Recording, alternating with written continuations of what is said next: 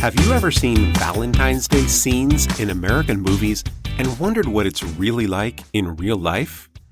I'm Jason, and this is Jason's Easy English, a podcast that helps you improve your English and learn about American culture with clear, understandable episodes in authentic, everyday language.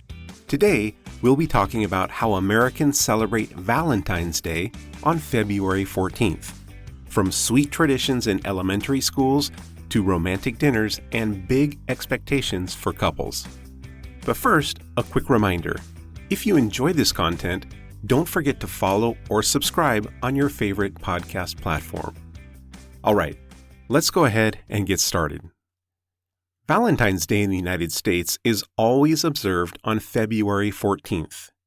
Every year, on that exact date, stores turn pink and red. You see hearts everywhere, in shop windows, on candy boxes, even on coffee cups. For couples, this day can feel exciting, but also stressful. Many people feel pressure to go all out. To go all out means to make a very big effort to do something in an impressive way, like in Portuguese, caprichar muito, fazer algo en grande estilo, or in Spanish, hacerlo a lo grande, or echar la casa por la ventana, to go all out. To go all out on Valentine's Day might mean buying roses, chocolates, jewelry, or planning something unforgettable. Restaurants are especially busy. In fact, many romantic places are booked solid. Booked solid means completely full, with no tables available. Totalmente lotado, sem vagas. So many romantic places are booked solid days or even weeks before February 14th. If you wait too long, you may not find a table. A typical Valentine's evening might include a candlelight dinner or a candlelit dinner. That's a meal with a lot of candles to create a romantic atmosphere, right? In Portuguese, jantar à luz de velas, or in Spanish, una cena a la luz de velas.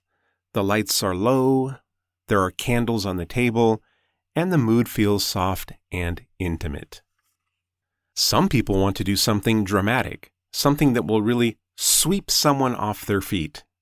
Now that expression, to sweep someone off their feet, means to make someone suddenly feel very romantic and excited. It's like encantar completamente, or deixar apaixonado. In Spanish, enamorar por completo. So, something that will really sweep someone off their feet.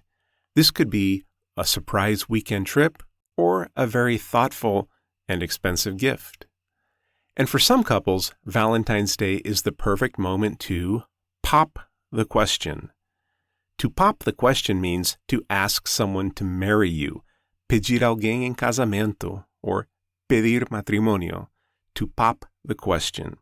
Yes, many marriage proposals happen on February 14th. It's a day already connected to love, so it feels symbolic and meaningful. Now, here's something that surprises many people outside the U.S. Valentine's Day is not only for romantic couples. In American elementary schools, children celebrate too. Kids bring small cards and give one to every classmate. These are called classroom valentines, so they're small Valentine's cards that children exchange at school. It's important to understand this is not romantic. It's friendly and innocent. Teachers often organize it so that no child feels left out. Children decorate small boxes or bags to collect their cards from their classmates. On February 14th, they walk around the classroom and drop a card into each classmate's box. The messages are simple and playful. You often see phrases like, "You're sweet," or "Happy Valentine's Day." And of course, the classic Valentine's phrase, "Be mine," which simply means it's a romantic expression that simply means, "Please be my boyfriend or girlfriend." Literally, seja meu, seja minha, or in Spanish, sé mío, sé mía, right? Be mine, very simple phrase, but associated with Valentine's Day. On adult cards, it sounds more romantic. On children's cards, it's just cute and fun. No serious meaning. Another interesting part of Valentine's Day culture is how businesses cash in on the holiday. To cash in on something means to make money from a special event. So, to cash in on something is lucrar con in Portuguese, or aprovechar para ganar dinero in Spanish. So many businesses cash in on Valentine's Day. Supermarkets sell heart-shaped chocolates, jewelry stores advertise expensive necklaces, flower shops raise their prices because demand is high. Companies know that many people feel that pressure to go all out, so they create products to match those expectations. Compared to Brazil, for example, Valentine's Day in the U.S. feels very commercial. In Brazil, Dia dos Namorados happens on June 12th. The February 14th is usually just a normal day. But in the United States, it's almost impossible to ignore Valentine's Day in mid-February. So, is it romantic? Yes. Is it sometimes cheesy? Also yes. But at its heart, Valentine's Day in the United States is about expressing love, whether that's romantic love at a candlelit dinner, a dramatic proposal when somebody decides to pop the question, or simple kindness through classroom Valentines exchange between children. All right, I hope that was interesting and understandable, but before I let you go, let's review the main points of today's episode. Today, we learned about how Americans celebrate Valentine's Day on February 14th.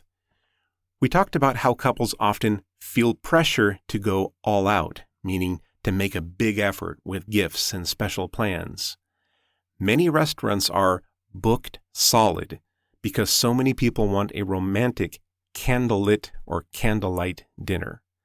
Some people try to sweep someone off their feet with a dramatic surprise, and others even pop the question and ask their partner to marry them on Valentine's Day.